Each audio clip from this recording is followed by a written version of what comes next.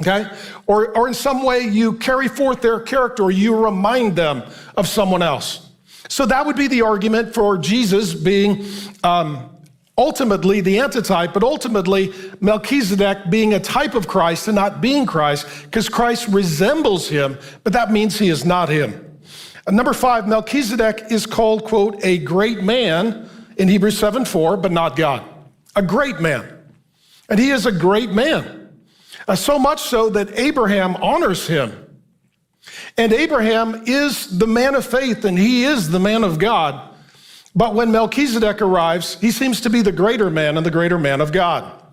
In addition, lastly, number 6, Melchizedek and Jesus are greater than the priests of Aaron. Here's what it says in Hebrews 7:11. If perfection had been attainable through the Levitical priesthood, what further need would there have been for another priest to arise in the order of Melchizedek?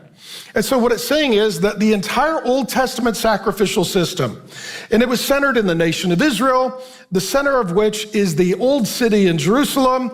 There's the Temple Mount, where the temple was eventually constructed. There the presence of God dwelt, and the priests would offer sacrifices on behalf of the sinners to reconcile them to God.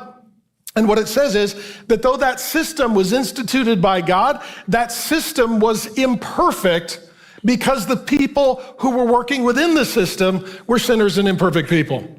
See, here's what you know if you live for a while. Even if you have a perfect system, as soon as people get involved, guess what happens? It's broken. Okay? We call that government, just so you know. And so oftentimes what happens is people think, well, if we just got a new system, then we'd get a different outcome.